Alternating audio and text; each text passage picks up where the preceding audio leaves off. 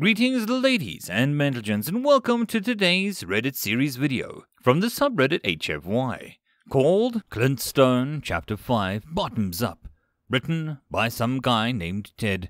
The link to the original will be down below, and as always, I hope that you enjoy. I once witnessed Clint Stone kill an erg without laying a finger on him, not with a gun or any other weapon. What Clint did was get the erg to drink poison, willingly. He had been traveling the galaxy for about a year at this point, and Clint was already well on his way to becoming famous. We had stopped in the CD bar in some backwater city on the B-ad, because Clint wanted a drink. "What are we doing here?" I asked the hulking human at my side. We were sitting in a dimly lit establishment, the rest stop on the way to the McQuad. The place smelled like roasting flesh and burning rubber. Not a pleasant combination, I can assure you. There was also a certain smell that I could not quite identify, but it turned my stomach even more than the meat and rubber smell. "It's been almost 2 years since I've been to Earth. I need a beer," Clint Stone replied, "and this place is the only place for several systems that sells alcohol." Alcohol? What did Clint want with the stuff backwater farmers used for the power of their engines? I was about to find out. Buddy, do you think you can do that out of the way of the vidscreen?" The barely intelligible sentence came from a grouchy erg, slouched in a chair. I turned my head to see who was talking to, and it was Clint. "Of course, my apologies," Clint said, uncharacteristically calm and polite. He moved down the bar. "Barkeep, give me a beer."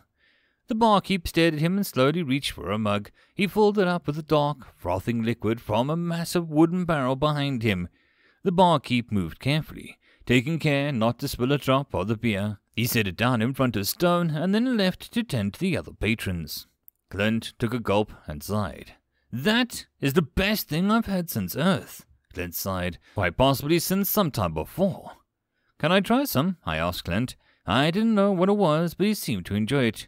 "Do you have a liver?" "What's a liver?" "Then trust me, you don't want this."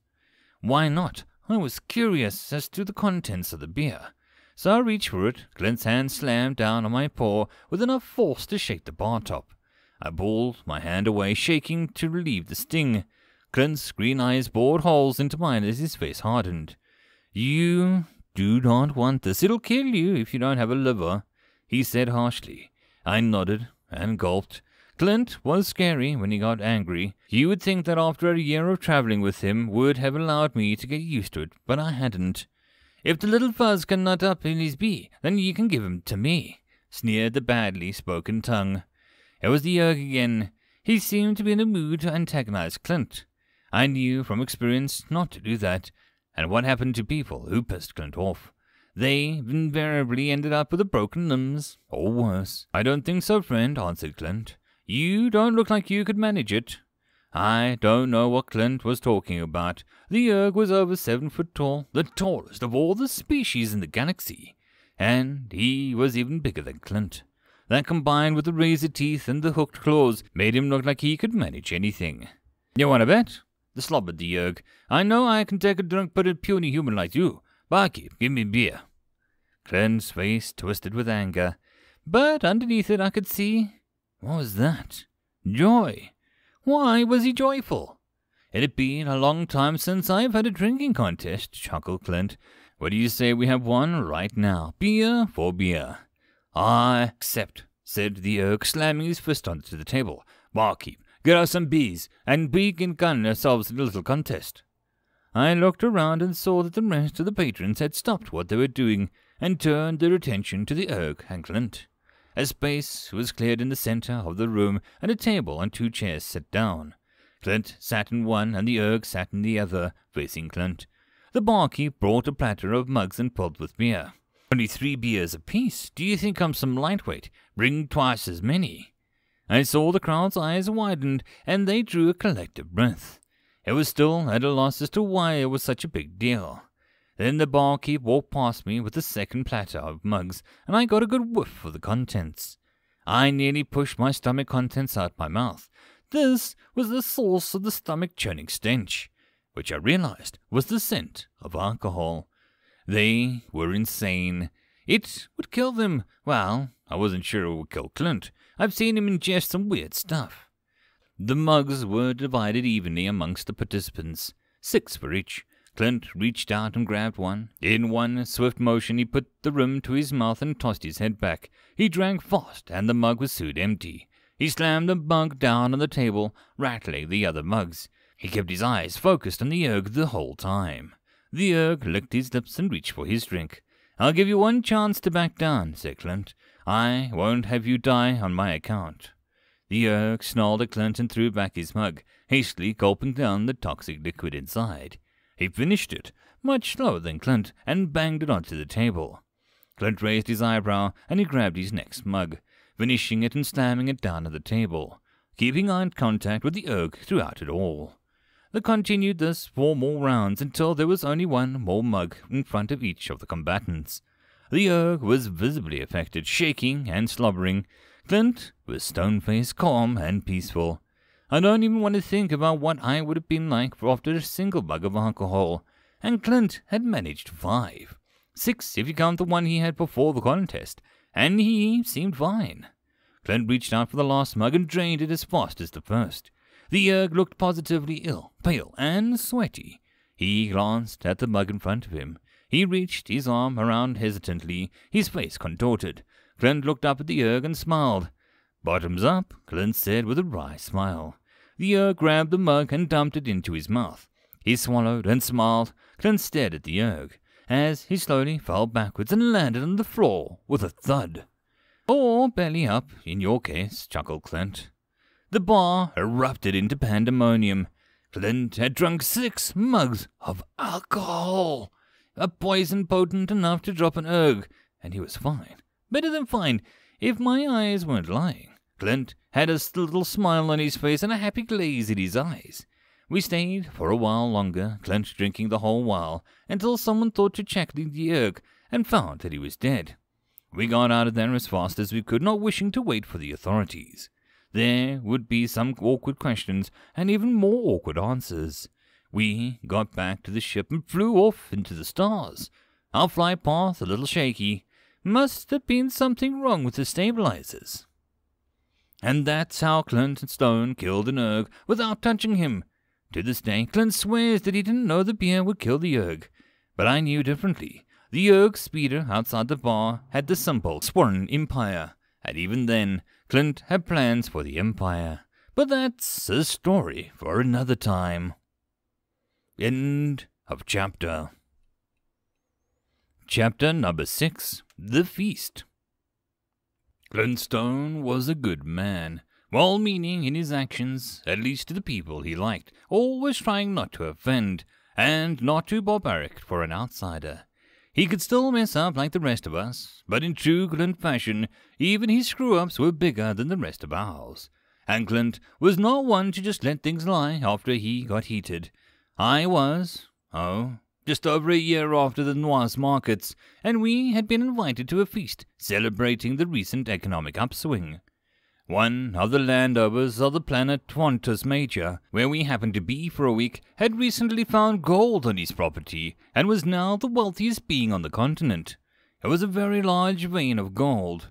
The landowner invited everyone of importance in a 100-mile radius to his country home for a party. Clint was invited simply because the landowner had seen him out of his transport's window and thought he looked odd. To be fair, Clint was odd, but the landowner really should have checked his guests more carefully before letting them into his house. You can't let Clint near a beautiful woman and expect nothing to happen. "I've never seen anything quite like this," Clint said as he looked over the landowner's house. It was a large, sprawling affair, with 3 stories and balconies on each. Vegetation grew all over the front, colored blue and red with the flowers, and the house itself was built on a silvery grey stone that shined when the light just hit it right. In the lawn, hundreds of tables and tents were set up, coating the whole place in a garish flare. Thousands of people wandering amongst them, conversing and sampling the treats set on the tables. "I have," I replied. "I've been to several." "Were you invited to any of them?" "Well, no, but that's not the point." Clint chuckled and walked away, walking through the crowd as easily as through water, towering head and shoulders above everyone else, following his nose to the table heaped high with steaming meat and dripping with fat. If I knew anything about Clint, there wouldn't be anything left inside 10 minutes.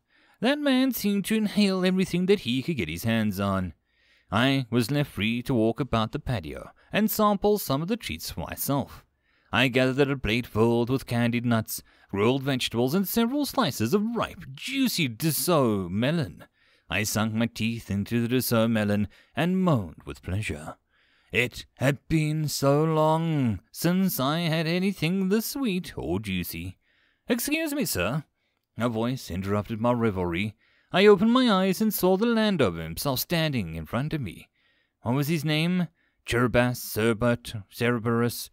That was it. The native Petuni stood out under my height, but his tight grey skin and jet black eyes, no pupils or irises, just pure black from lid to lid.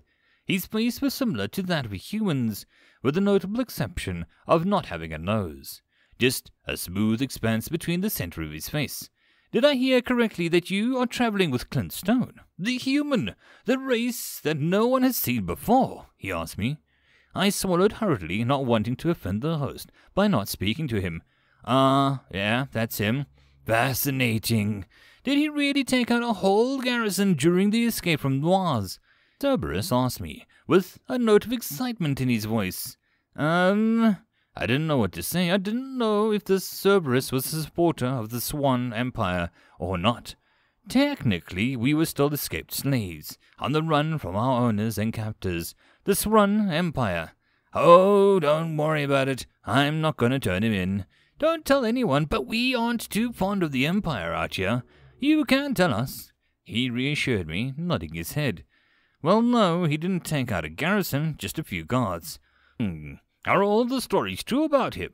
They say that he outdrank 3 erg until they died, and he supposedly survived a trip to a death world, Marion. Are any of these tales true? They seem too fantastic to be real. I can assure you they are very real. He did all of those things and more.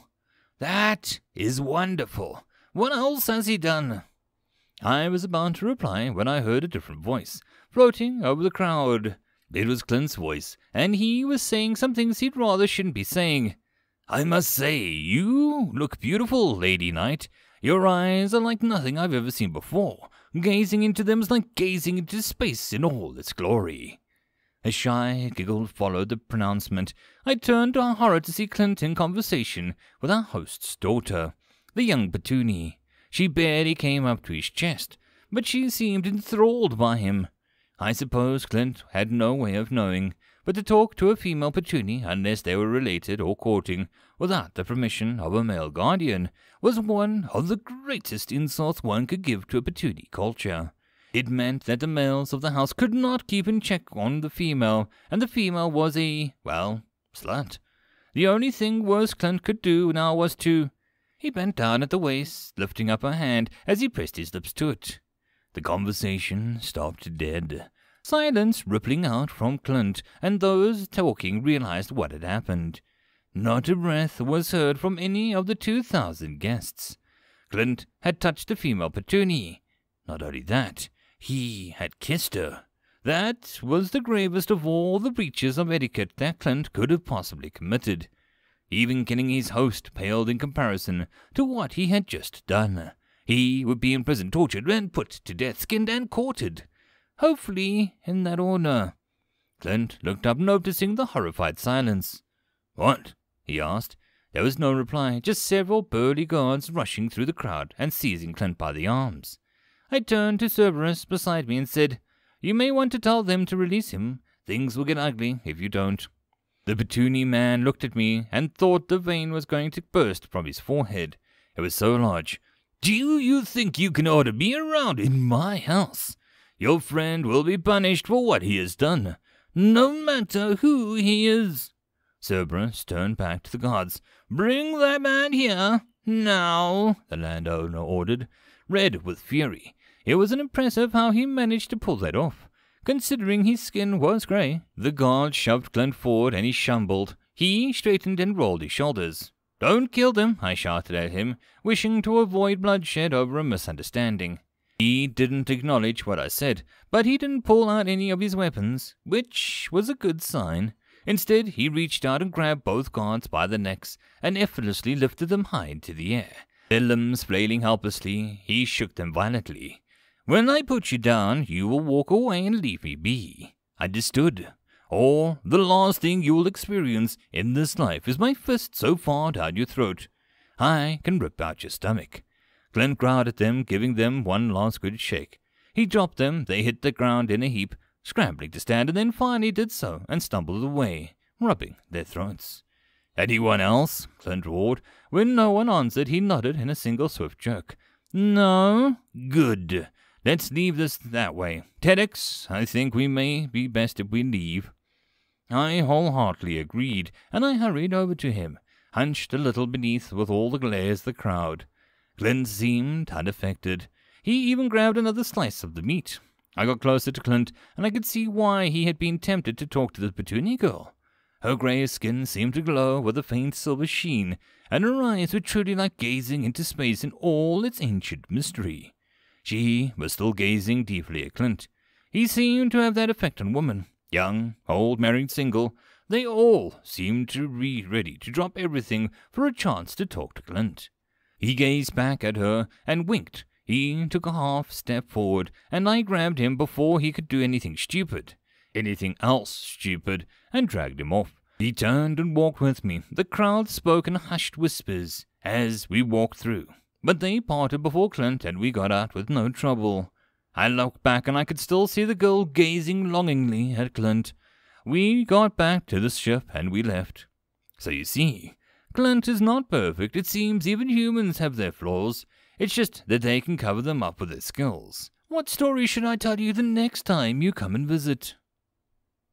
I hope that you enjoyed. If you'd like to support the channel or the author, all the stuff is down below. And as always, I hope that you guys have a good one, and I'll see you in the next story. Cheers.